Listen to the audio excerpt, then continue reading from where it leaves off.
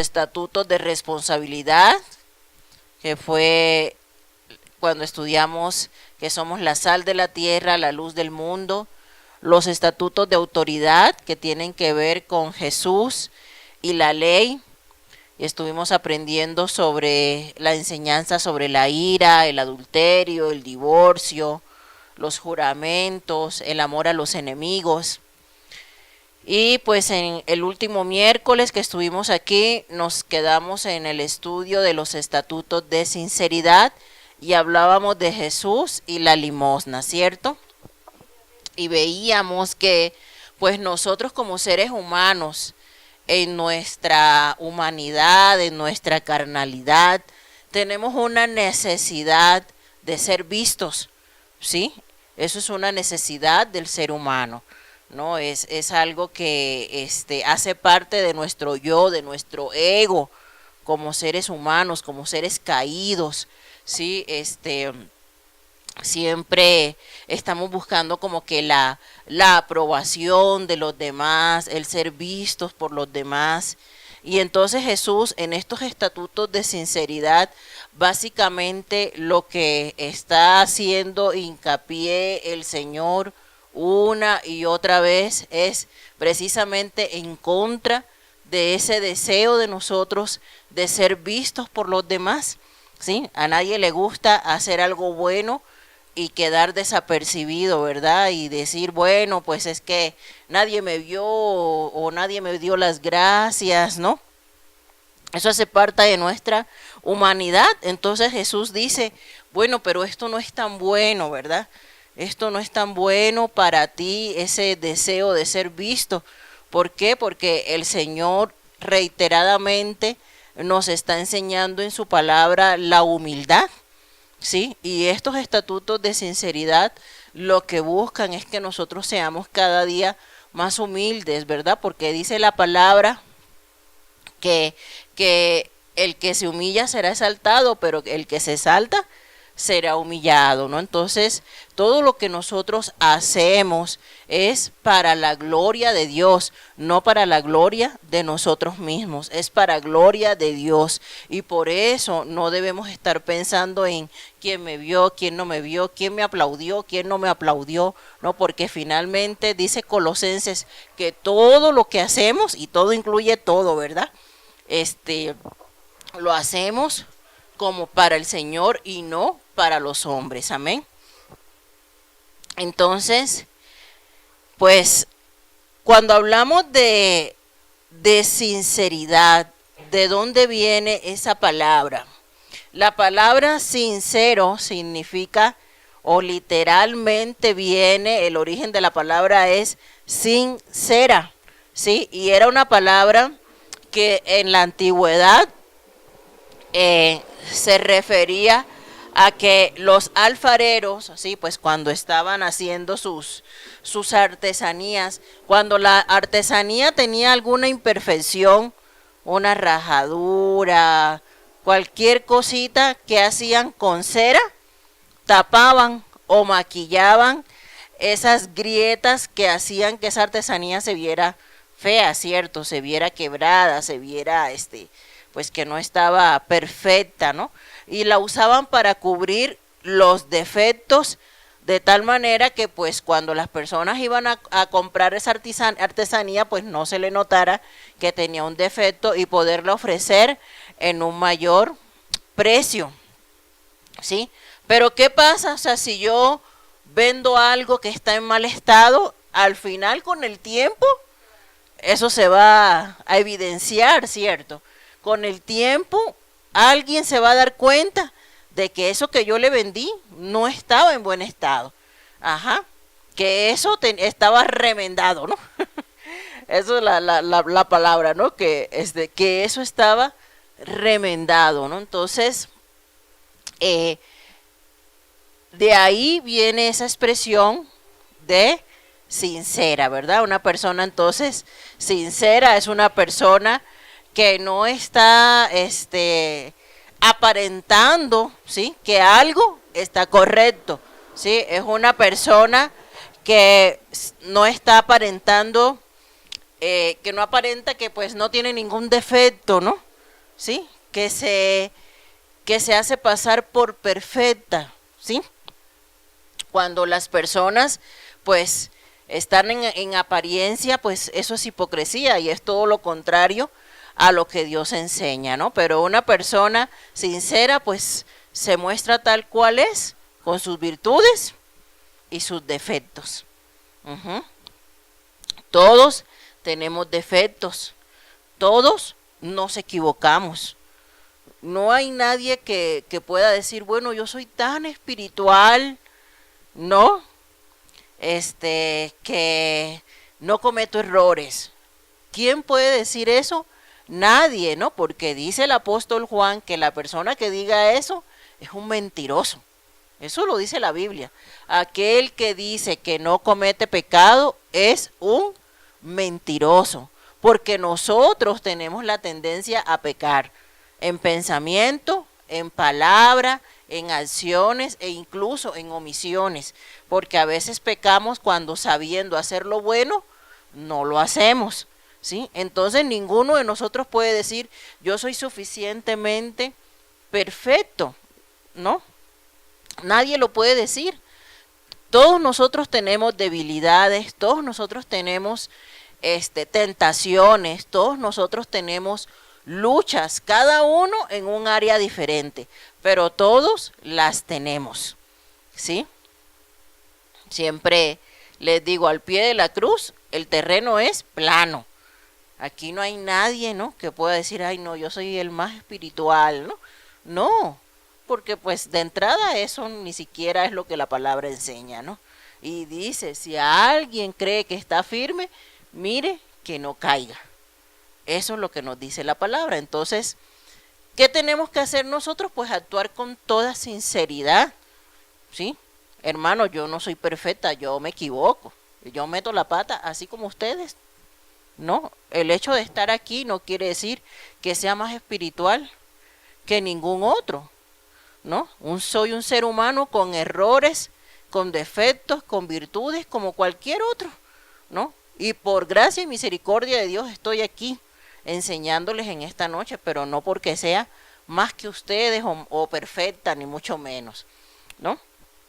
Pero pues en este tiempo donde Jesús está enseñando, había tanta religiosidad, había muchos grupos religiosos y esos grupos religiosos se caracterizaban precisamente por ese deseo de ser vistos, por esa hipocresía, ¿no? De que, bueno, yo voy y oro en la sinagoga, yo voy y llevo mis sacrificios al templo. No, y tú, vimos la historia, me acuerdo en una clase del fariseo y el publicano, ¿no? Que el fariseo decía, ay, Señor, gracias que no soy como este publicano pecador, ¿no? No, yo sí, no, yo sí oro, yo sí vengo, yo sí diezmo, yo sí, yo sí, yo sí, yo sí, yo sí, yo sí, ¿no? Y en cambio ese pecador, no. Pero gracias a Dios que no soy como ese pecador, ¿no? Entonces, había ese problema, ¿no? De que las personas a lo mejor por tener algo de conocimiento de las escrituras pensaban que eran perfectas y actuaban hipócritamente. ¿Por qué actuaban hipócritamente? Porque ajustaban la ley de Moisés a lo que les conviniera, ¿no? A su conveniencia, ¿sí? A su conveniencia. Y entonces, cuando nosotros actuamos a conveniencia, pues estamos siendo hipócritas, ¿sí? Cuando tomamos la palabra de Dios a conveniencia, estamos siendo hipócritas, ¿no? Recuerdo que en la clase sobre el amor a los enemigos les decía, la realidad es que a todos nos cuesta perdonar, a todos nos cuesta perdonar, ¿no? Quizás alguien dice, ay, no, si mi vecino me ofende, no, pues no me da ni frío ni calor, no, no me pasa nada, ¿no? Pero recuerdo que les decía, ay, pero hay que se metan con un hijo nuestro, ¿verdad? A ver si es cierto tanta espiritualidad, ¿no? Porque ahí sí, torció el rabo, ¿no? Ahí sí torció el rabo, ¿verdad? Entonces, hay cosas que uno como ser humano tiene que reconocer, Señor, esto es difícil, pero solamente con la ayuda de tu Espíritu Santo yo lo puedo hacer. solamente con la ayuda de tu Espíritu Santo yo lo puedo hacer, porque yo sé que yo en mi humanidad, en mi propia fuerza, no puedo hacerlo, ¿no? Entonces ahí es cuando entonces el Espíritu Santo actúa a través de nosotros y nos puede ayudar a perdonar, ¿no? A cambiar ciertas situaciones, circunstancias, etcétera. Amén. Ahora, la hipocresía. La palabra hipocresía tiene su origen en el teatro clásico griego, donde los actores usaban una máscara en la cara que ocultaba el verdadero parecer con otro falso. Así que el hipócrita finge a la vista de los hombres para impresionarlos, cuando en realidad es lo contrario en su corazón a la vista de Dios. Entonces, ¿quiénes eran los hipócritas en la antigüedad? Pues los hipócritas en la antigüedad eran estos actores de teatro que usaban máscaras, esos eran los hipócritas, y de ahí viene el origen de esa palabra, ¿no? Que hoy día le digamos a una persona, esa persona es hipócrita, quiere decir entonces que esa persona se pone máscaras, ¿sí? Que esa persona muestra una apariencia de algo que realmente no es. Eso es ser hipócrita. Ahora sí, vamos a ver el capítulo 6 de Mateo, que ese es el que vamos a estar estudiando el día de hoy. Jesús y la oración, y Jesús y el ayuno. Dice la palabra del Señor en el capítulo 6 de Mateo: guardaos de hacer vuestra justicia. Bueno, esto ya lo vimos, lo de la limosna. A partir del versículo 5. Dice, y cuando ores, no seas como los hipócritas, porque ellos aman el orar en pie en las sinagogas y en las esquinas de las calles para ser vistos de los hombres. De cierto os digo que ya tienen su recompensa. Mas tú, cuando ores, entra en tu aposento y cerrada la puerta, ora a tu Padre que está en secreto, y tu Padre que ve en lo secreto te recompensará en público. Y orando, no uséis vanas repeticiones, como los gentiles que piensan que por su palabrería serán oídos. No os hagáis pues semejantes a ellos, porque vuestro Padre sabe de qué cosas tenéis necesidad antes que vosotros le pidáis. Vosotros pues oraréis así: Padre nuestro que estás en los cielos, santificado sea tu nombre. Venga tu reino, hágase tu voluntad como en el cielo, así también en la tierra. El pan nuestro de cada día, dánoslo hoy, y perdónanos nuestras deudas, como también nosotros perdonamos a nuestros deudores. Y no nos metas en tentación, mas líbranos del mal, porque tuyo es el reino y el poder y la gloria por todos los siglos. Amén. Porque si perdonáis a los hombres sus ofensas, os perdonará también a vosotros vuestro Padre Celestial. Mas si no perdonáis a los hombres sus ofensas, tampoco vuestro Padre os perdonará vuestras ofensas. Entonces, aquí Jesús abarca varias situaciones en cuanto a la oración.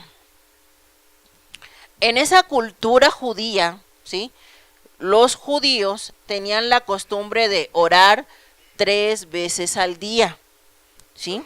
¿Alguien que me pueda apoyar con el Salmo 55:17, por favor?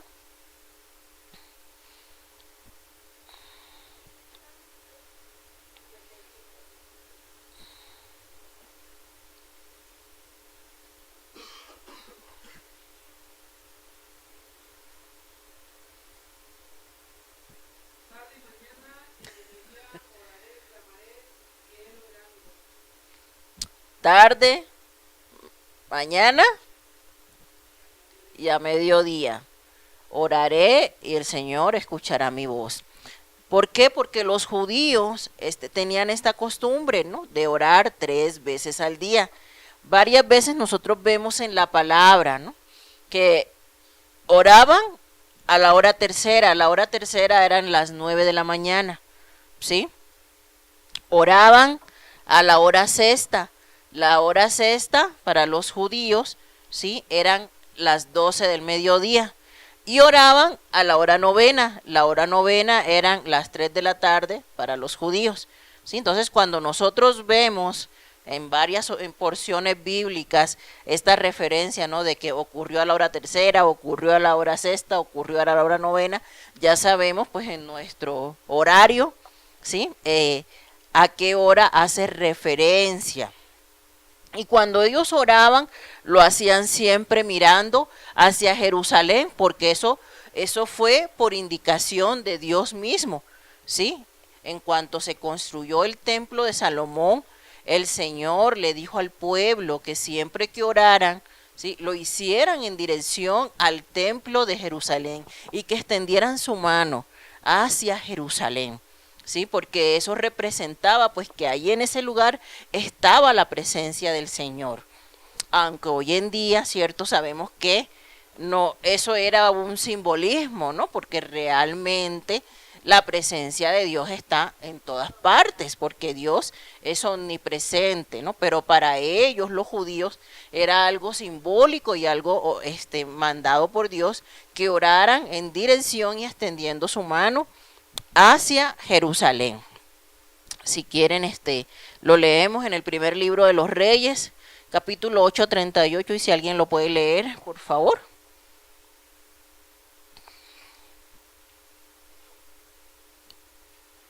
Primer libro de Reyes, 8:38. Alguien que lo lea con voz de trompeta.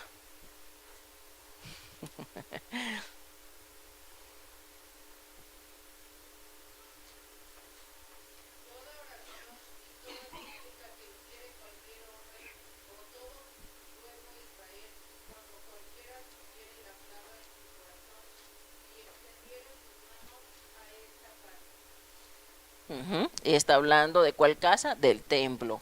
Amén. Y ahí les puse otros versículos de referencia donde pueden ver esto también.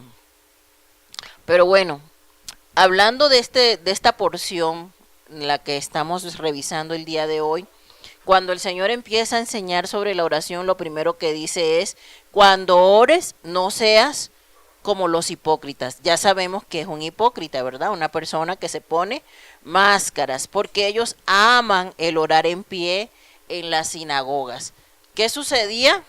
Pues ya oraban de pie, ¿sí?, a gran voz. ¿Para qué? Para ser vistos y para que dijeran: ay, mira, qué espiritual es ese hombre, ¿no? Qué espiritual es esa mujer, se la pasa orando, ¿no? Sin embargo, ya sabemos cuál era la condición de muchos de los que iban a esas sinagogas. A muchos de ellos el Señor les dijo: hipócritas, sepulcros blanqueados. Por fuera se ven bonitos, pero por dentro su corazón está completamente podrido. Por dentro tienen un corazón que está muy lejos de Dios, ¿sí? Eso era lo que sucedía. Entonces, ¿qué pasaba? Ellos nada más querían ser vistos por los hombres, y por eso el Señor les dice: de cierto te digo, ¿sí?, que ellos ya tienen su recompensa, porque no era una oración sincera, no era una oración porque realmente quisieran estar en la presencia de Dios, no era una oración porque realmente quisieran ellos tener esa comunión con el Padre, sino simplemente por llamar la atención, ¿sí? Ahora, no quiere decir que es pecado orar en público. O sea, eso hay que dejarlo claro. Porque aquí el Señor está hablando no tanto del lugar, ¿sí?, sino de la motivación del corazón. Entonces hay que tener en claro de que pues no es pecado que yo ore en público, porque a lo mejor en muchas circunstancias de la vida me va a tocar orar en público y no voy a decir: ay, no, porque la Biblia dice que me tengo que ir y encerrarme en mi cuarto para poder orar. No, no, no, no, o sea, tampoco malinterpretemos.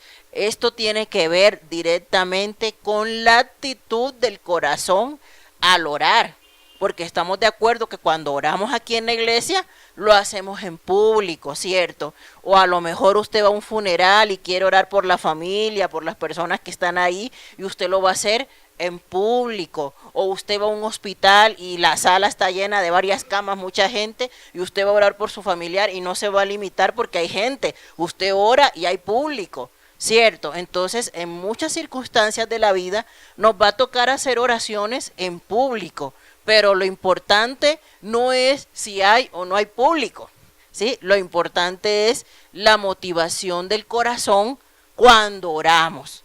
Es muy diferente decir, bueno, voy a orar, no, y ahorita que están todos aquí para que me vean, ¿sí?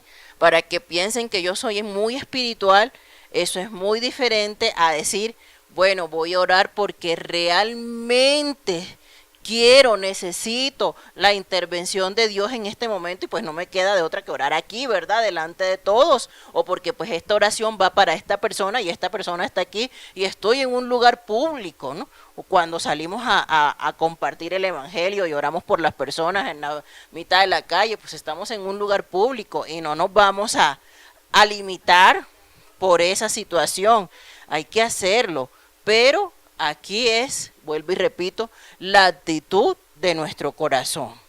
Amén. La actitud del corazón es lo que Jesús está condenando, ¿no? No tanto el lugar donde tú oras, sino la actitud del corazón. Porque nosotros podemos ir ahora mismo y ponernos a orar en el parque, delante de todo el que vaya pasando, y eso no es pecado, ¿sí? Sino lo que Jesús está condenando aquí directamente es la actitud de estas personas que lo hacían solamente para ser vistos, ¿sí? Entonces dice el Señor, mas tú cuando ores, entra en tu aposento y cerrada la puerta, ora a tu Padre que está en secreto, y tu Padre que ve en lo secreto te recompensará en público, ¿sí? La siguiente. Entonces, ¿cuál es la diferencia entre orar en público y orar en privado?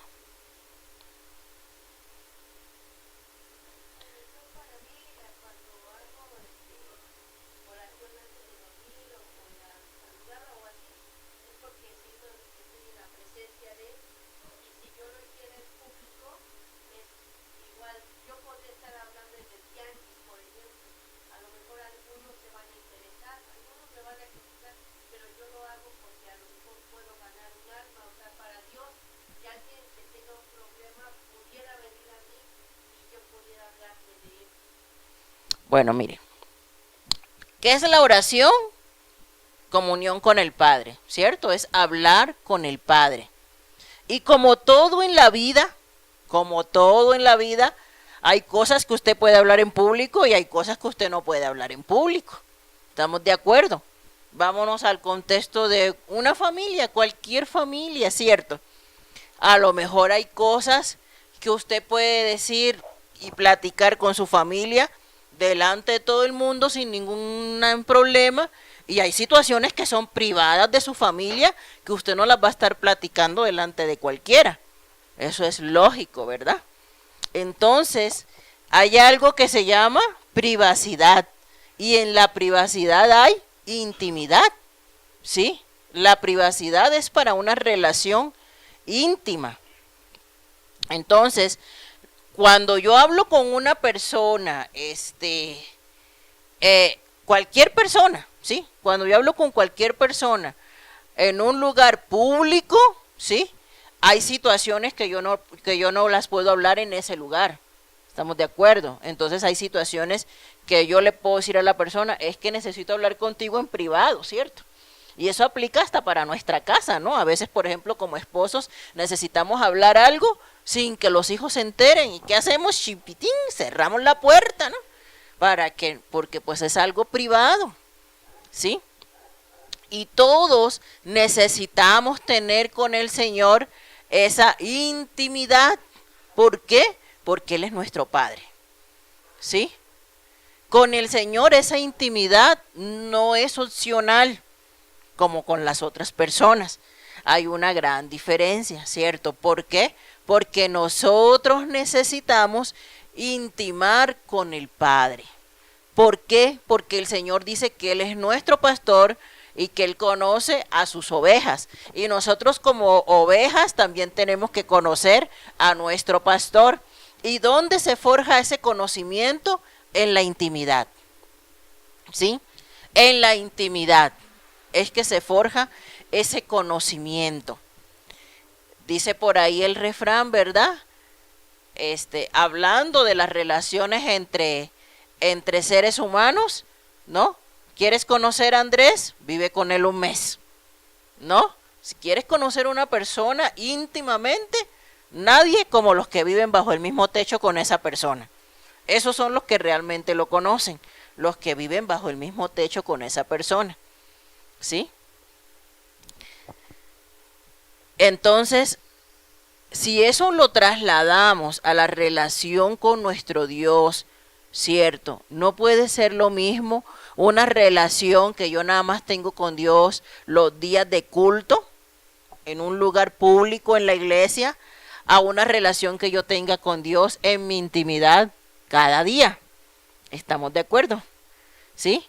Entonces, porque esto no se trata de religión, sino de relación, de que yo conozca a mi Padre y que mi Padre me conozca a mí, porque ciertamente Dios todo lo sabe, cierto, ciertamente Dios todo lo ve, ciertamente Dios está en todas partes y Dios nos conoce a todos, pero cuando se trata de una relación con el Señor, hay personas que aunque vengan a la iglesia, que aunque se llamen cristianas, que aunque se hayan bautizado, Dios no las conoce. ¿Ay, usted dónde saca eso? Pues de la Biblia, porque la Biblia dice, ¿sí?, que cuando el Señor venga, muchas personas se le van a acercar y le van a decir, Señor, pero si en tu nombre yo hice milagros, Señor, pero si en tu nombre yo hice señales, y el Señor les va a decir, apartaos de mí, hacedores de maldad, nunca os conocí. Y no porque Dios no los conozca, porque Dios es omnisciente y Dios conoce todas las cosas. Cuando Dios dice, nunca os conocí, es, nunca tuviste una relación conmigo, perdóname. ¿Sí? Entonces, es muy diferente tener que Dios tenga un conocimiento de mí porque pues soy su creación, a que Dios tenga una intimidad conmigo, que yo tenga una intimidad con Dios. Es muy diferente. ¿Sí? Y en la Biblia dice que podemos nosotros intimar con Dios. Dice la palabra que Abraham fue llamado amigo de Dios. Dice la palabra que Moisés, cierto, que Dios hablaba cara a cara con Moisés como hablar con un amigo. Entonces nosotros como seres humanos sí podemos llegar a ese grado de intimidad con Dios, pero ese grado de intimidad se forja a través de la oración y en la intimidad, ¿sí? En la intimidad, buscándolo cada día. En la intimidad nosotros no tenemos nada que esconder para con el Señor, porque Dios nos conoce. Entonces en la intimidad yo sí le voy a decir al Señor lo que no me atrevo a decir aquí. ¿Estamos de acuerdo?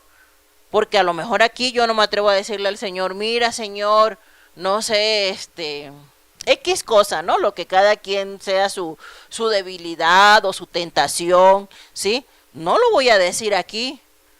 ¿Por qué no lo voy a decir aquí? Simplemente porque muchas personas, ¿cierto?, que no son maduras en su fe, si yo aquí abro mi corazón y digo todo lo que yo pienso, opino, etcétera, van a decir, ay, la pastora no es perfecta.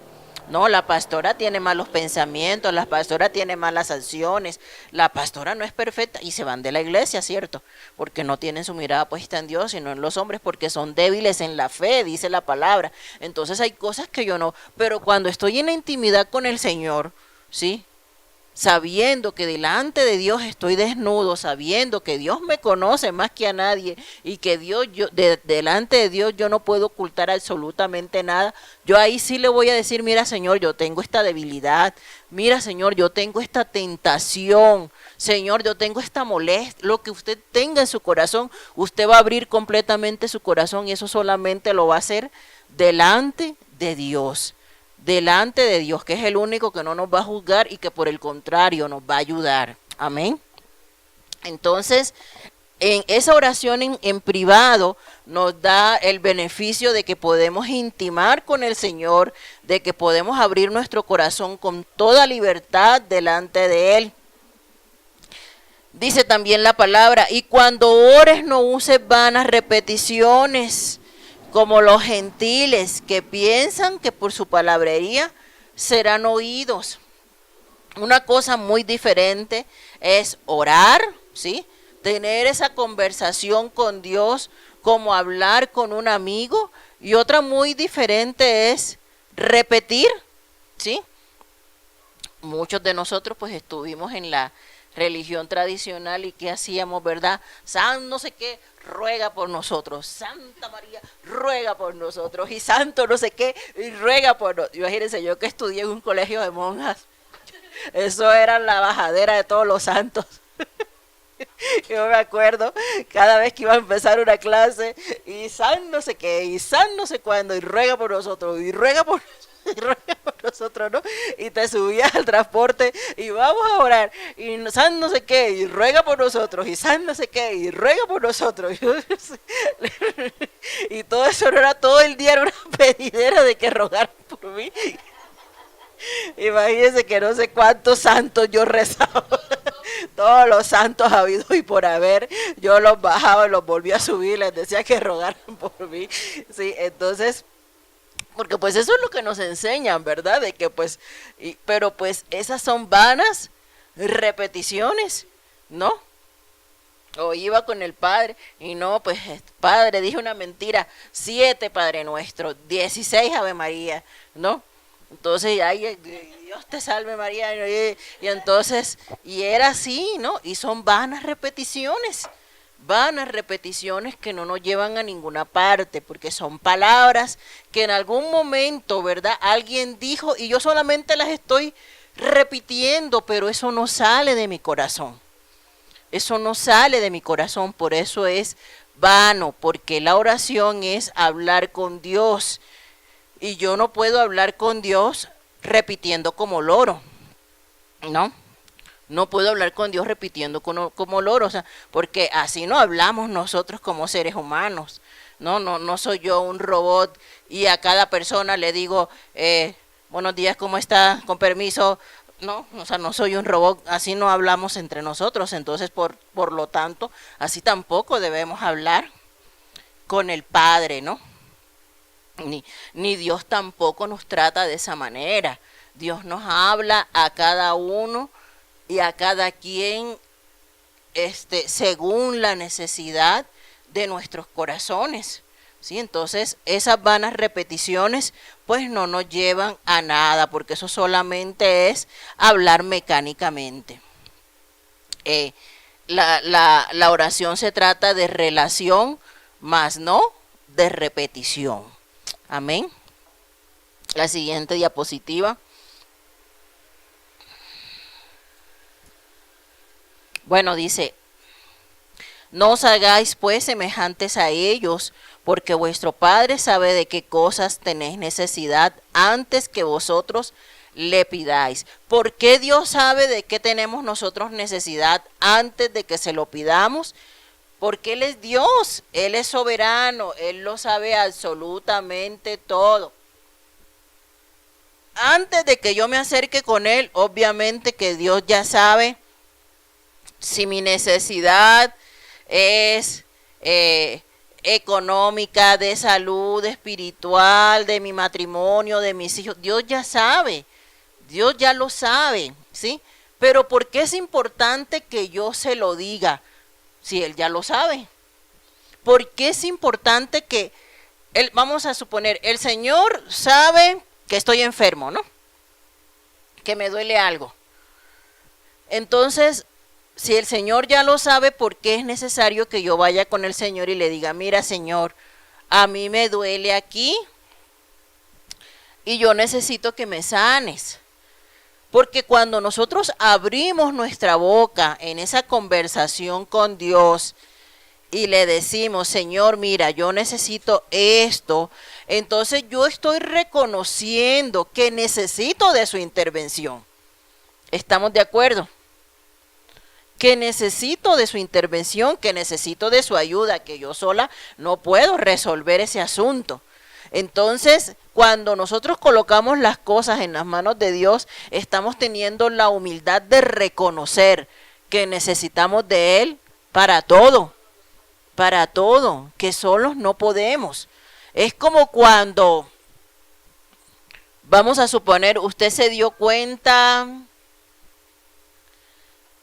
que su vecina tiene unas matitas, unas plantitas, y no tiene macetas, ¿no?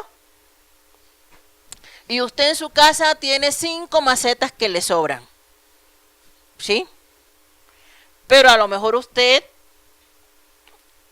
por ser respetuoso, ¿sí?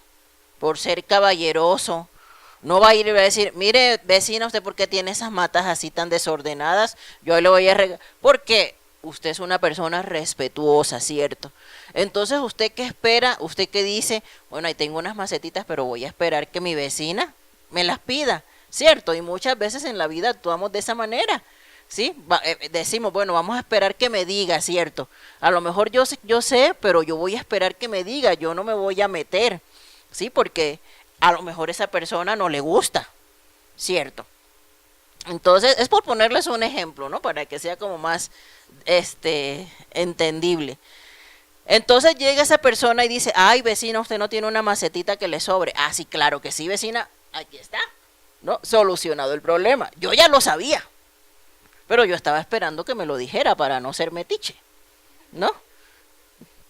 Entonces, así funciona, ¿no? Dios sabe todas las cosas, pero si tú no le pides su intervención, Él no lo va a hacer porque Dios es un caballero. Ujú. Dios sabe, por ejemplo, que todos tenemos necesidad de Él, porque somos seres que tenemos un espíritu y el espíritu clama por la necesidad de Dios.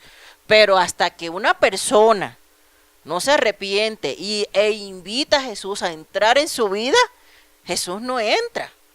La palabra lo dice, he aquí yo estoy a la puerta y llamo, ¿sí? Si alguno abriere la puerta, yo entraré en él y cenaré con él y él conmigo.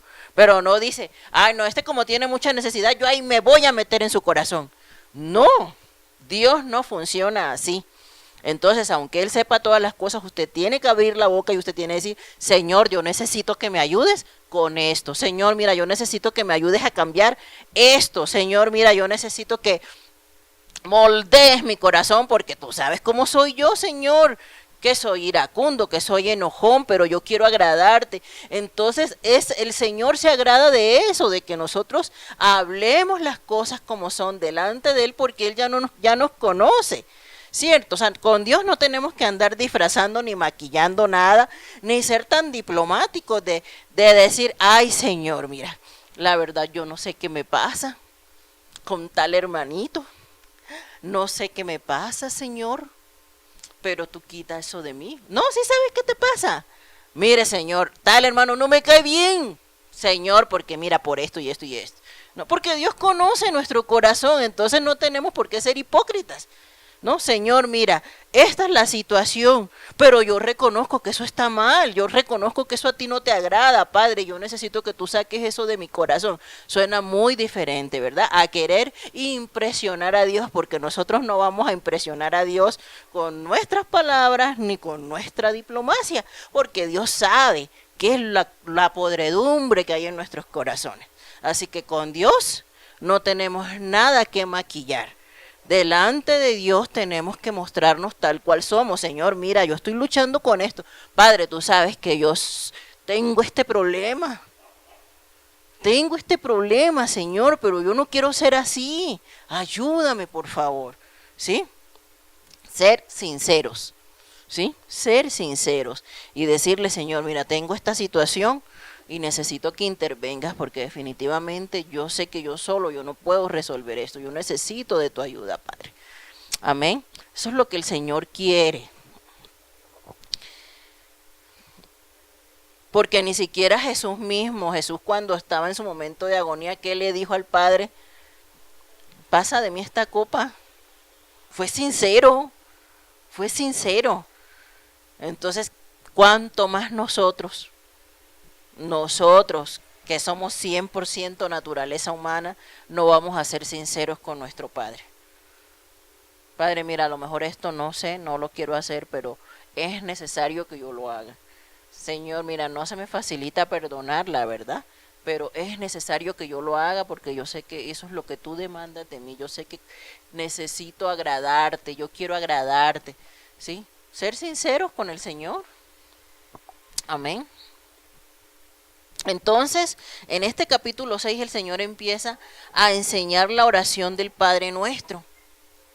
La oración del Padre Nuestro también se le conoce como la oración de confesión, la oración del reino, la oración dominical. Y desglosando, ¿sí? Lo que dice el Padre Nuestro, pues ahorita vamos a ver detalladamente, porque es un modelo de oración. No quiere decir que nosotros tenemos que estar repitiendo el Padre Nuestro todos los días. Es un modelo, ¿sí? El Padre Nuestro es un modelo. Jesús dijo, y cuando ores, ora así, ¿sí? Pero no quiere decir de que el Señor no dice, y cuando ores, repite esto. No dice eso la Biblia. Ora así, o sea, siguiendo este modelo, siguiendo este ejemplo. Y lo primero que el Señor les enseña es, Padre nuestro que estás en los cielos, santificado sea tu nombre. Lo primero que tenemos que nosotros reconocer en la oración es quién es Dios. Los judíos jamás se les pasaba por aquí llamar a Dios Padre.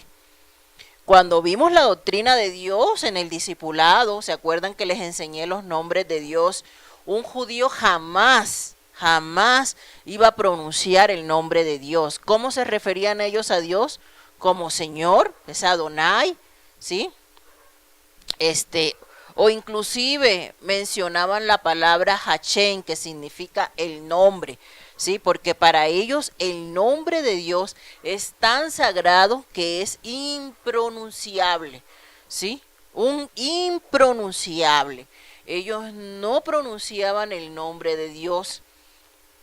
Entonces, cuando ellos oraban, ¿sí? ¿Qué decían? Adonai, Hachem.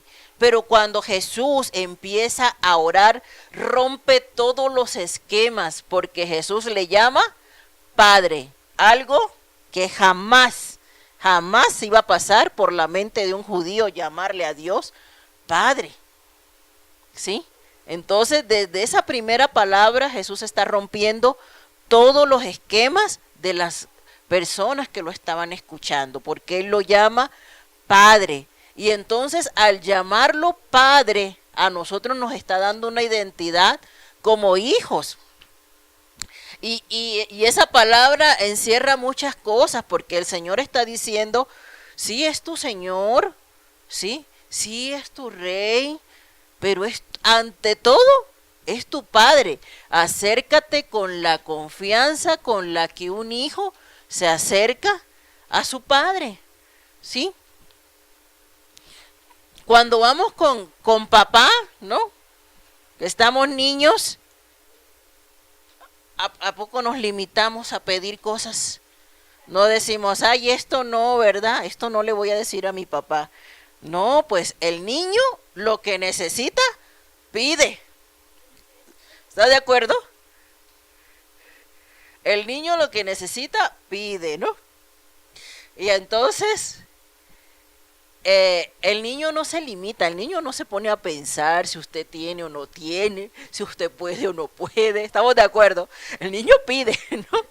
Y entonces si tú le dices, si tú lo llevas a una tienda y le dices, ¿qué quieres? ¿No? va a mostrar la casa de la Barbie de 6,000, ¿no? Y no le importa si tú tienes o no tienes, ¿no? Él dice, yo quiero. ¿No? Él pide. ¿Estamos de acuerdo? No se mide, no se limita, ni se pone a pensar en mi papá podrá o no. No, eso ni siquiera pasa por su pensamiento, ¿eh? Ni siquiera pasa por su pensamiento de un niño, ¿no? Entonces, esto se me vino a mí a la mente, ¿no? Pues el niño simplemente pide, ¿no? O si ya te pidió por decir, un libro de dibujar, y luego llega a la caja y ve el dulce, vuelve y te pide, ¿no? No dice, ay, no, ya le pedí. No, no voy a pedir más. No, el niño te dice, no, ya si tú le dices, no, ya no te voy a comprar más nada porque no tengo, pues ya ni modo, ¿verdad? Pero él te pide, ¿cierto? El niño vuelve y pide, ¿no? Entonces, no dice, ay, no, ya como pedí, ya no voy a pedir otra cosa. No, eso no hace un niño normal, ¿verdad? Nosotros somos los que le decimos, no, pues ya no, ya te compré, ¿no? Ya, ¿no? O no hay, no tengo, ¿no? Lo que sea, ¿no? Pero el niño realmente siente esa confianza de que está con papá, ¿cierto? El niño siente esa confianza de que está con papá y de que él puede pedir lo que quiera.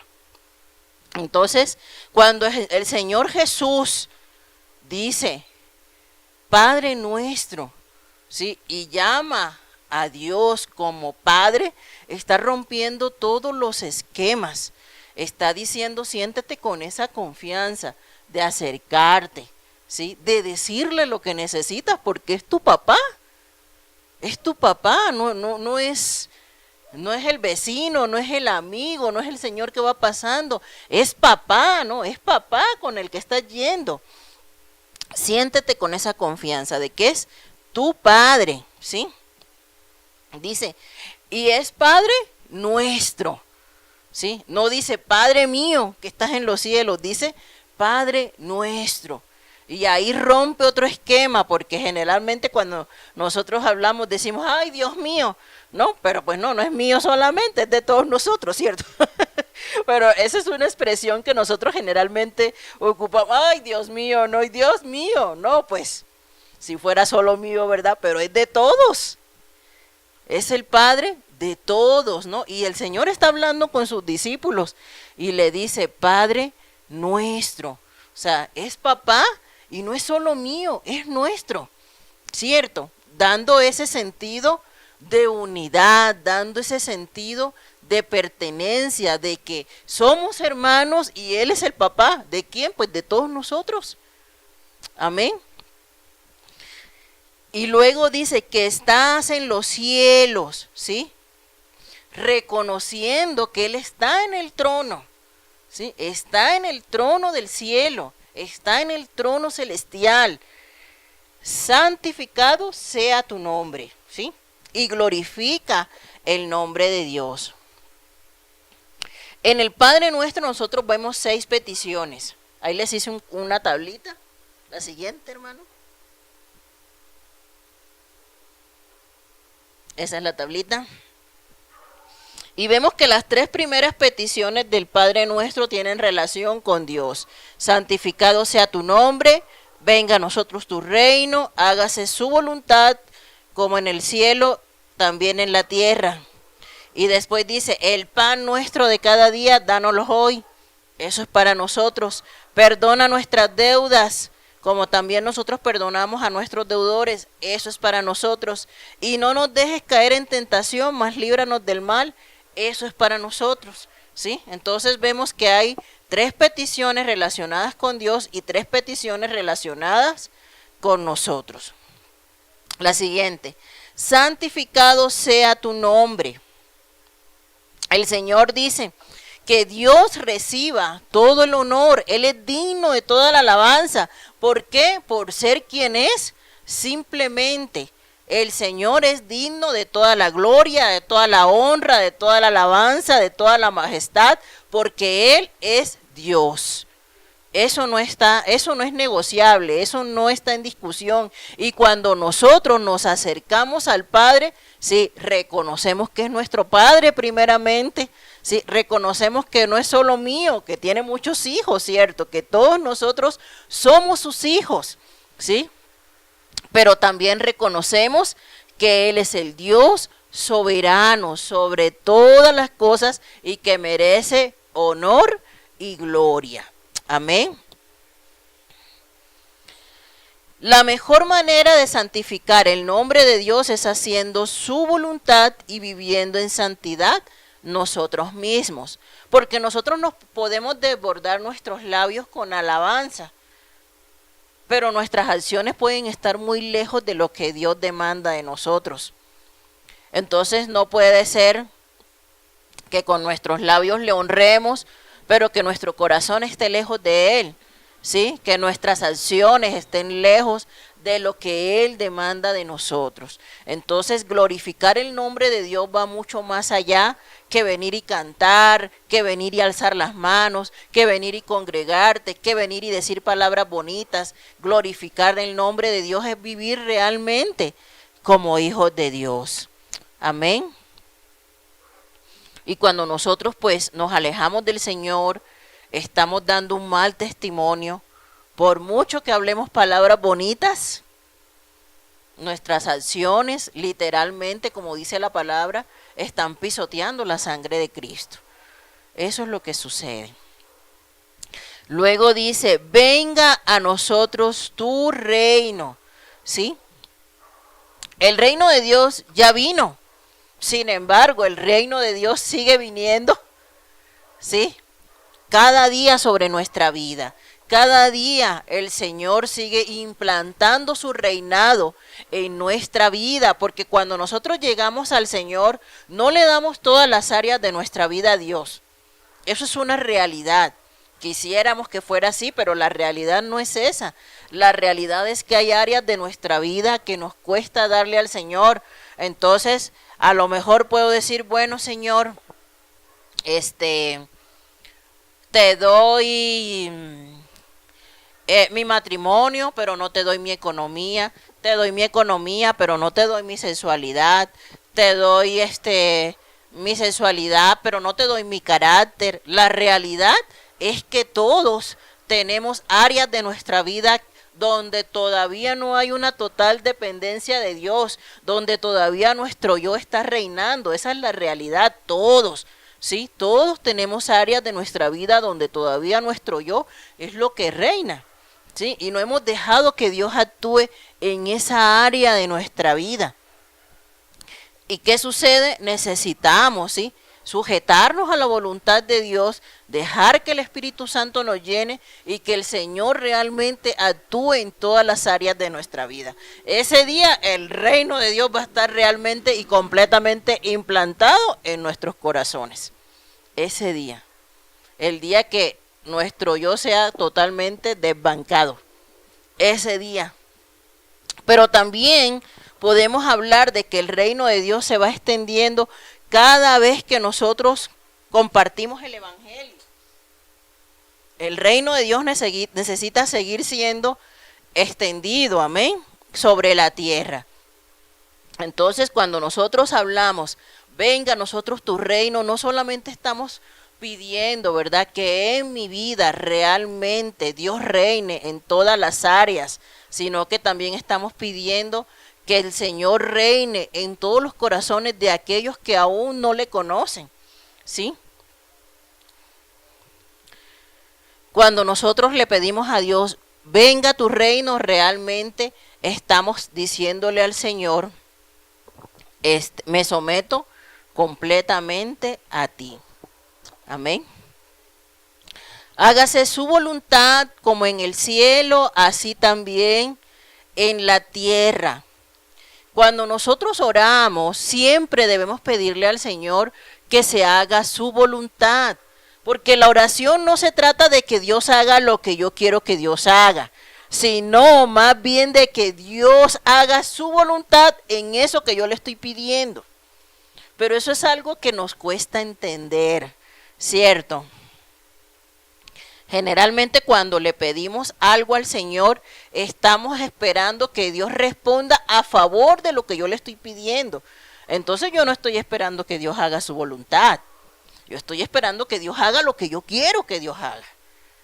Y de eso no se trata la oración. El Señor cuando nos enseña a orar dice, hágase su voluntad. Entonces cuando yo presento mi petición al Señor, Señor, sana a mi familiar. Pero qué difícil es decir si es tu voluntad. Porque si la voluntad de Dios no es sanarlo, sino llevárselo. Esa es una de las partes que más nos cuesta vivir realmente, ¿cierto? Señor, sana a mi familiar, pero yo te pido, Señor, que sanes a mi familiar, pero ¿realmente estoy dispuesto a aceptar tu voluntad? ¿O quiero que tú hagas mi voluntad? Porque mi voluntad es que tú lo sanes, pero ¿será que realmente yo estoy dispuesto a aceptar tu voluntad si tu voluntad es llevártelo?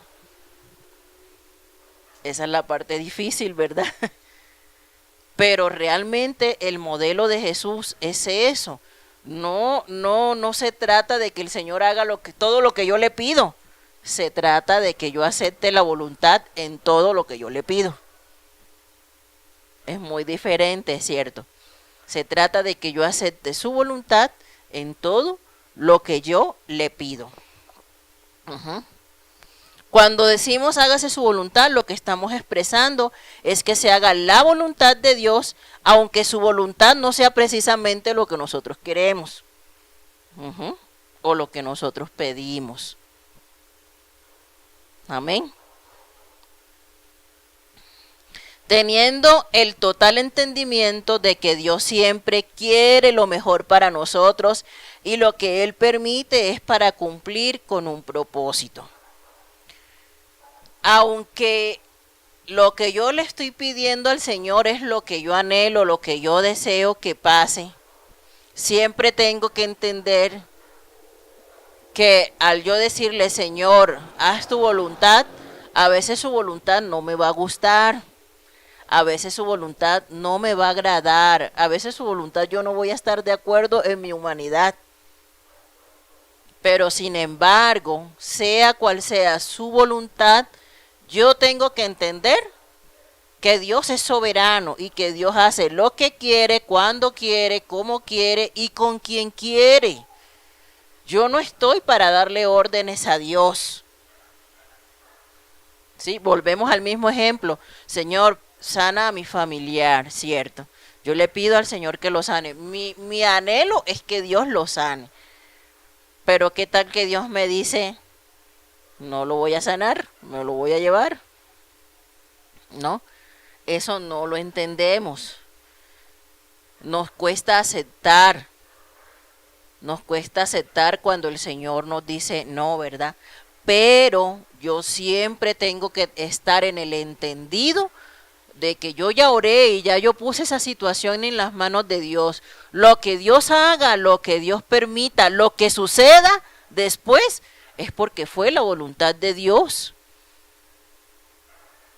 Y Dios es soberano y Él sabe lo que hace y yo tengo que aprender a aceptar.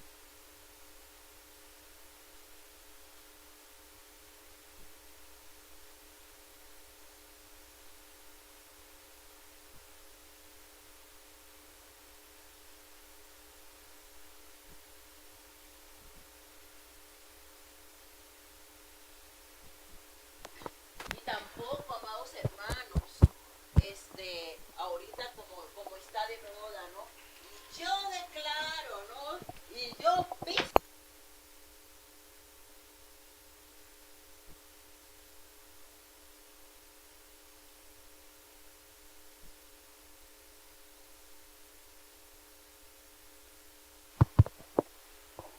Cuando alguien declara, cuando alguien decreta, cuando alguien arrebata, ¿sí? Y todo ese tipo de expresiones que ahorita se están usando, es porque alguien tiene esa autoridad, ¿sí? Para decir algo y que se cumpla. Eso es lo que significa un decreto, ¿sí? Si por ejemplo mañana la señora presidenta sale en la mañanera y nos dice, a ver, pueblo de México, a partir de hoy todos los uniformes de todas las escuelas de México van a llevar cuadros. Eso es un decreto, ¿por qué? Porque ella manda y ella lo dijo y eso se hace. Un decreto es que una persona que tiene la autoridad máxima lo dijo y se cumplió. Y se tiene que cumplir porque lo dijo la máxima autoridad. Pero en cuanto a la oración, ni tú ni yo tenemos la máxima autoridad ni la última palabra. La última palabra la tiene Dios. Dios es el que manda y Él es el que tiene toda la autoridad para hacer lo que Él quiera, como Él quiera, cuando quiera y con quien quiera. Por lo tanto, nosotros no tenemos ningún derecho ni de declarar, ni de decretar, ni de arrebatar, ni mucho menos. Ese tipo de expresiones no las debemos de usar para orar. El Señor, hágase su voluntad. Eso fue lo que el Señor Jesús nos enseñó. No de que yo declaro, decreto, nada de esas cosas. Recibo, autorizo, no, nada de esas cosas. Esa es una falsa doctrina que últimamente se está usando y se llama positivismo o confesión positiva, y es una corriente filosófica que nada tiene que ver con la espiritualidad ni con la palabra de Dios. La siguiente: Dios es el único soberano con autoridad sobre todas las cosas. El único que decreta es Él. El único que decreta es Él. ¿Sí? Entonces, lo que nosotros tenemos que decir es: hágase en mí tu voluntad, me someto a tus designios, porque tú eres mi Señor y tú eres mi Rey. Eso es lo que a nosotros nos corresponde decir. Hágase en mí tu voluntad. Lo que el Señor quiera hacer conmigo, lo que el Señor desee hacer conmigo, cualquiera que sea su plan, yo necesito aceptar lo que Dios haga sobre mi vida. Amén. Yo oro, yo en mi sinceridad, cierto, en mi corazón que desnudo delante de Dios, yo le digo: Señor, bueno, mi deseo es que sanes a esta persona, porque pues es mi familia, es mi papá, mi mamá, mi amigo, quien sea que sea, no, mi anhelo, Señor, es que tú lo puedas sanar, cierto, pero una cosa es lo que yo quiera y otra cosa es lo que Dios quiera. Es válido que nosotros le digamos al Señor: Señor, mira, yo te pido que por favor lo sanes, que tengas misericordia, que le des otra oportunidad, ¿sí? A mi papá, a mi mamá, a mi hijo, a mi hermano. Eso es válido, que nosotros abramos nuestro corazón y le digamos al Señor lo que nosotros anhelamos, pero es muy diferente decirle al Señor lo que yo anhelo, y otra cosa muy diferente es decirle, darle órdenes a Dios. ¿Cierto? Son dos cosas muy diferentes, ¿sí? El pan nuestro de cada día, dánoslo hoy. Esta petición abarca todas las necesidades materiales, ¿sí? Todas las necesidades materiales de las cuales tiene necesidad un ser humano, debemos pedírselas al Señor. Nosotros tenemos que bajarnos de esa nube de pensar de que, ay, por mi trabajo, ¿no? Es que como me mato trabajando tengo tantas cosas. No, el Señor en su misericordia nos ha dado ese trabajo, esa fuente, ese sustento. El Señor en su gracia decide bendecir a cada quien como sea su voluntad. Dios sabe a cada quien cuánto le va a dar, ¿verdad? Dios sabe por qué unos ganan poco, otros ganan mucho, otros ganan nada más lo que se tienen que ganar. Dios sabe a cada quien qué le da, ¿verdad? Él lo sabe. Pero lo que nosotros tenemos claro es lo que dice Santiago 1:17: toda buena dádiva y todo don perfecto desciende de lo alto, del Padre de las luces, en el cual no hay mudanza ni sombra de variación. Entonces usted tenga lo que tenga, sea mucho o sea poco, dele gracias a Dios, porque de Él proviene todo lo bueno que usted tiene.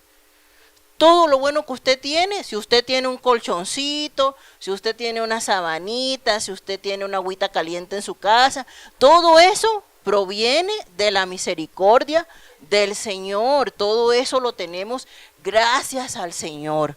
Amén. Y Dios le da a cada quien lo que necesita. Hay un proverbio, Proverbios 30. Y este proverbio dice: 30 del 8 al 9 dice: vanidad y palabra mentirosa aparta de mí. Vanidad. ¿Qué es vanidad? Tener cosas que no necesitas, ¿verdad? Vanidad y palabra mentirosa aparta de mí. No me des pobreza ni riqueza. Manténme del pan necesario. No sea que me sacie y te niegue y diga quién es Jehová, o que siendo pobre hurte y blasfeme el nombre de mi Dios. Entonces este proverbio, ¿sí?, le dice al Señor: Señor, no, dame lo suficiente para yo vivir, ¿sí? No te pido una mansión con 50,000 mayordomos, 10 limusinas. No, no, no, no, no. No necesito riquezas. Pero dice, pero tampoco me tengas en pobreza, Señor. No, me llama la atención lo que dice. Dice, no me des riqueza. No me des riqueza. Ah, ya se me perdió. Manténme del pan necesario, dice. No sea que me sacie y te niegue y diga quién es Jehová. Pero tampoco me des pobreza. No sea que por la pobreza, ¿verdad?, tenga la necesidad de salir a robar. Y entonces haga cosas que no debo, ¿verdad? Y dé mal testimonio, blasfeme el nombre de mi Dios. Entonces, Señor, dame lo necesario para vivir. Y el Señor promete en su palabra hacerlo. El Señor promete, ¿verdad?, que si nosotros buscamos el reino de Dios y su justicia, entonces todas las cosas materiales van a venir por añadidura. Si nosotros buscamos al Señor, ¿sí?, Él va a cuidar de nosotros en nuestras necesidades materiales. Eso es una realidad. ¿Por qué? Porque hay promesas en su palabra que lo dice. Nunca ha visto un justo desamparado ni su descendencia que mendigue pan. ¿Quiénes somos los justos? Nosotros. ¿Por qué? Porque hemos sido justificados con la sangre de Jesús. Nosotros somos esos justos. No porque seamos muy buenos, sino porque Cristo nos justificó en la cruz. ¿Sí? Y por ese sacrificio el Señor promete que nunca nos va a desamparar, que nunca nos va a hacer falta el pan. Y nosotros tenemos que creer en sus promesas. Entonces, las necesidades materiales, el Señor siempre las va a cubrir. Y es válido que nosotros nos acerquemos al Señor cuando tenemos necesidades materiales, claro que sí. Es válido que usted se acerque al Señor y le diga: Señor, provéeme de una casa propia para no estar pagando renta, para que no, el día que al dueño se le antoje, pues ya viene y me dice que ya me tengo que mover con mi familia. Provéeme, Señor, de una casita, provéeme de un carro para transportarme, provéeme de un mercado para yo comer. Eso no es pecado. El Señor tiene cuidado de nosotros. Pero hay unos que se pasan de espirituales que piensan que Dios no puede darles nada material. Y eso también es falso. Porque cuando la palabra dice el pan nuestro danos, incluye todo lo material, no solamente la comida. Todas las necesidades materiales del ser humano. Señor, mira, mis hijos no tienen uniforme. Señor, mira, mis hijos ya se les desgastaron los zapatitos. Dios sabe y Dios provee para sus hijos todo lo material. Sí, no es también no tenga esa idea en la cabeza de que usted tiene que vivir en forma completamente austera. No, porque Dios bendice a sus hijos.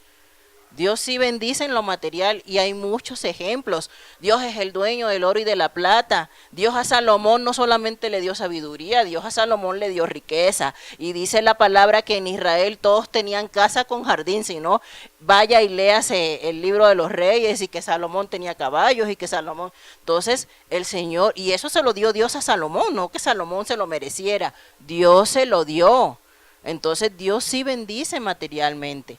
Pero ¿qué sucede? Lo material no tiene que desplazar a Dios de nuestro corazón. Aun y cuando Dios nos bendiga en lo material, nosotros tenemos que tener claro que todo proviene de Dios y nosotros tenemos que tener claro que es Dios quien debe ocupar el primer lugar, no lo material, porque lo material aquí se va a quedar. Entonces por eso necesitamos procurarnos, sí, preocuparnos más por hacer tesoros en el cielo que en la tierra, porque dice el Señor, todo lo que hay aquí en la tierra, pues se va a desgastar. Aunque tengas una bonita casa, un bonito carro, una bonita ropa, todo eso se va a desgastar. Pero tu alma, ¿verdad? Es lo que al final va a irse con el Señor. Entonces es lo que más tenemos que cuidar, ¿sí? Pero tampoco quiere el Señor pues que andemos como ya sin zapatos, ¿verdad? Todos desgastados, a lo mejor teniendo para comprar, no, porque tengo que ser, no, o sea, también no exagere, ¿sí? Entonces, porque pues hay personas que tienen esa mentalidad. Dice Pablo, yo deseo que seas prosperado, ¿sí? En todas las áreas, así como prospera tu alma. Entonces, esa prosperidad incluye que Dios quiere para usted un buen trabajo, que Dios quiere para usted que estudie en la escuela, que Dios quiere para usted que esté vestido, que Dios quiere para usted que avance ministerialmente, porque el deseo en el corazón de Dios es que prosperemos en todo, no nada más en unas cosas. El anhelo del Señor es que prosperemos en todas las áreas de nuestra vida.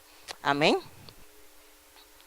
Y perdónanos nuestras deudas como también nosotros perdonamos a nuestros deudores. Aquí viene lo bueno. Aquí viene lo bueno, ¿verdad? Las deudas son los pecados. Esas son las deudas que tenemos con Dios, ¿cierto? Porque el Señor ya pagó la cuenta. Imagínense,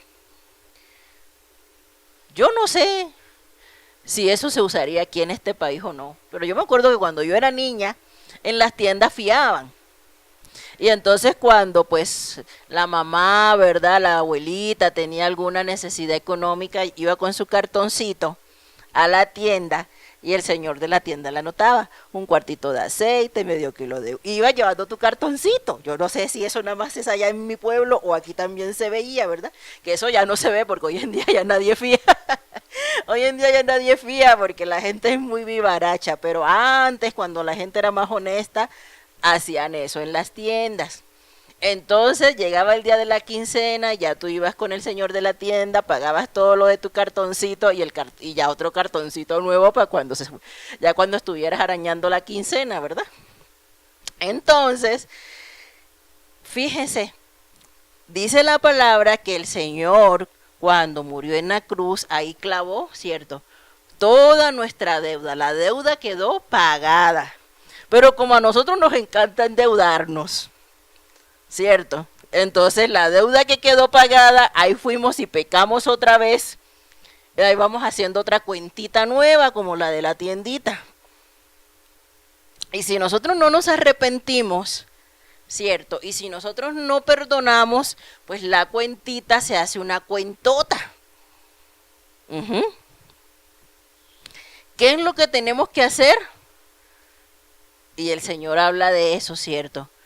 Perdona nuestras deudas así como también perdonamos a nuestros deudores. Si alguien nos debe algo, lo perdonamos. ¿Para qué? Para que cuando yo también tenga mi cuentita, también el Señor me pueda a mí perdonar esa deuda. Porque no puedo pretender yo de que mi deuda sea pagada, pero pues la de los otros, la deuda que el otro tiene conmigo, pues no.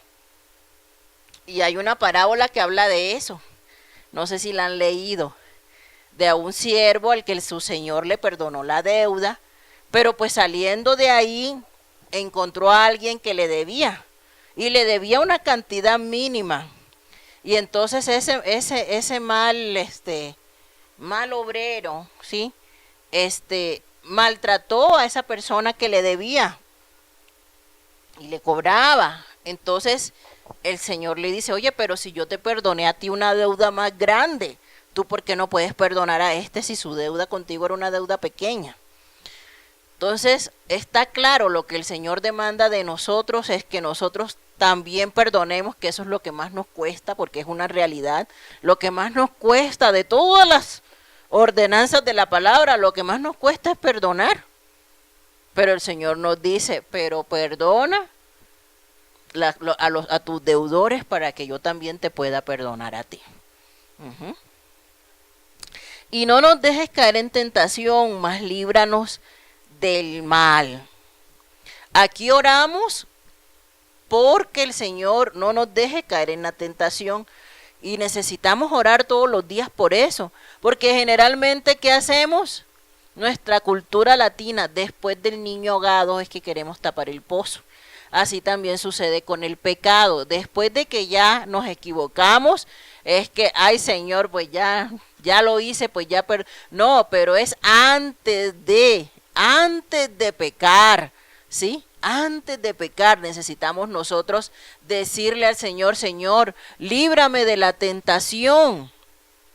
Por ejemplo, recuerdo que cuando hablábamos del adulterio, ¿no? Les daba unas recomendaciones y les decía, no, pues si hay una persona por ahí, ¿verdad? Que anda ya como que mirando como que no debe, acercándose como no debe, corte de raíz con eso, ¿verdad? No va a esperar hasta que ya pase lo inevitable. Pero pues, si nosotros somos más sabios todavía, debemos orar pidiéndole al Señor, Señor, líbrame de toda tentación, porque las tentaciones van a venir a nuestras vidas. Eso es una realidad, porque el diablo es el que provoca las tentaciones y todo el tiempo nos va a estar tentando. Entonces, ¿qué tengo que pedirle, Señor? Cuando me venga esa tentación, tú ayúdame a resistir al diablo, ¿sí? No voy a esperar a que ya me equivoqué, a que ya pequé, pues para venir arrepentido. No, lo ideal es decirle al Señor, mira Señor, cuando esté la tentación, no me permitas que yo caiga, no me permitas, porque sí, Satanás nos va a tentar, porque él es el que tienta. Dios no tienta a nadie, dice la Biblia, Satanás es quien tienta. Pero cuando estemos en la tentación, no permitas que yo caiga, Señor. Dame la fortaleza, dame la resistencia para yo poder resistir al diablo, ¿sí? Antes de pecar. Y posteriormente dice el Señor,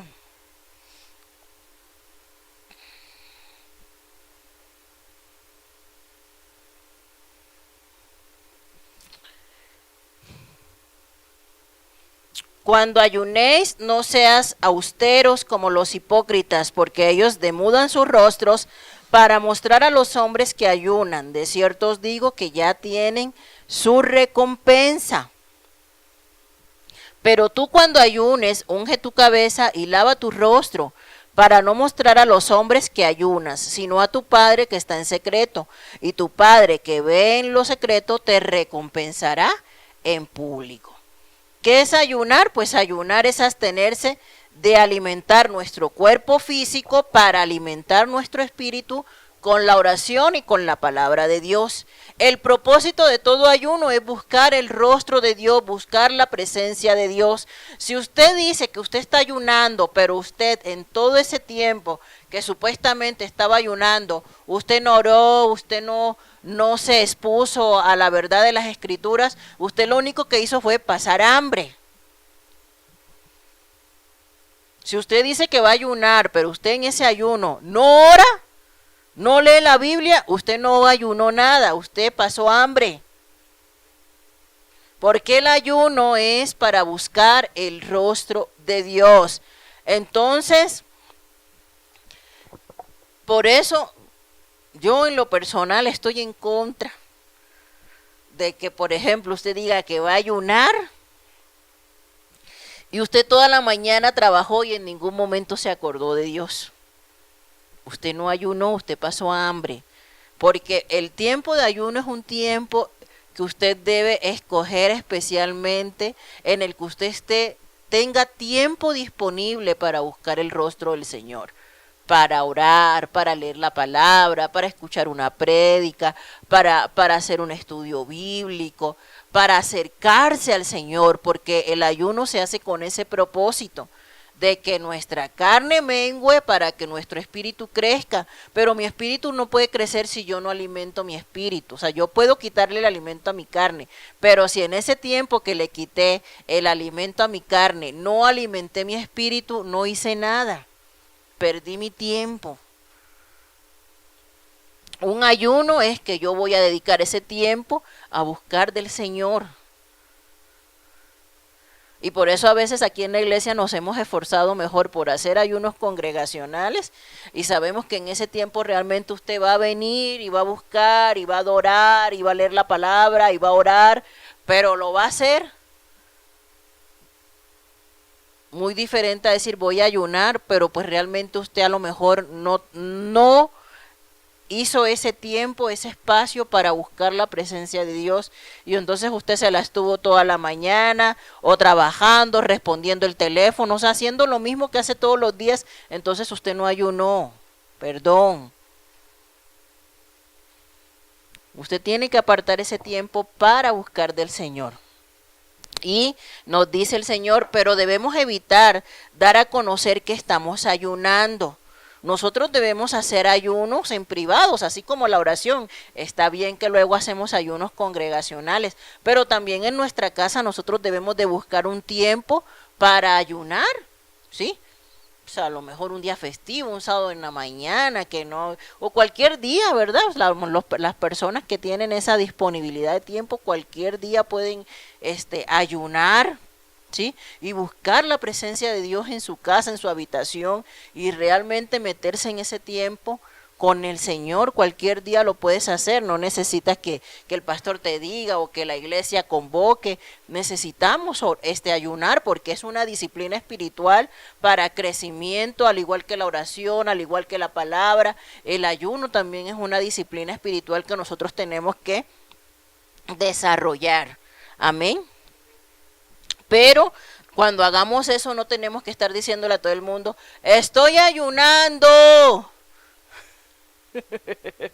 O poner ahí en el Face, hoy no me brinden nada porque estoy en ayuno. No, hermanos, no, eso es lo que el Señor en esta última enseñanza sobre los estatutos de insinceridad nos está enseñando, ¿no? Que pues no tenemos que hacer las cosas para ser vistos.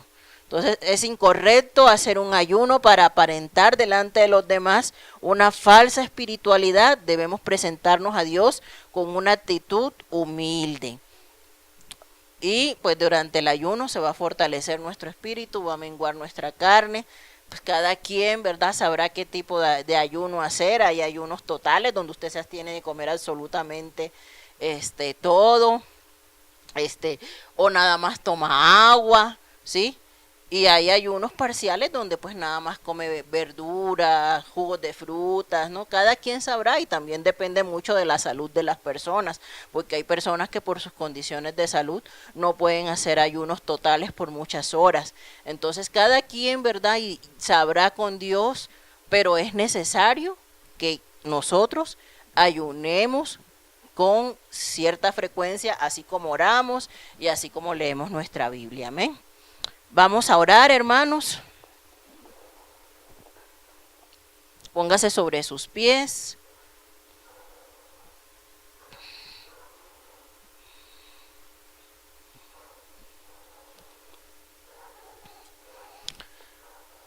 Padre, te damos las gracias, Señor, por tu palabra. Gracias por todo lo que tú nos enseñas, mi Dios.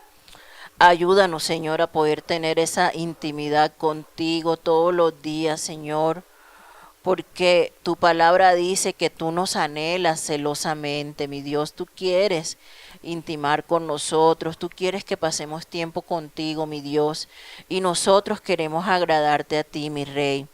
Ayúdanos, Señor, a no estar corriendo, Señor, con todas las actividades de la vida cotidiana y hacerte a ti a un lado, sino que podamos nosotros, Señor, todos los días tener ese tiempo devocional contigo, Señor, poder exponernos a tu palabra, Señor, porque eso es lo que va a hacer que nuestros corazones sean cambiados, Padre, que tu Espíritu Santo ministre nuestras vidas, Señor, que podamos conocerte íntimamente todos los días de nuestra vida.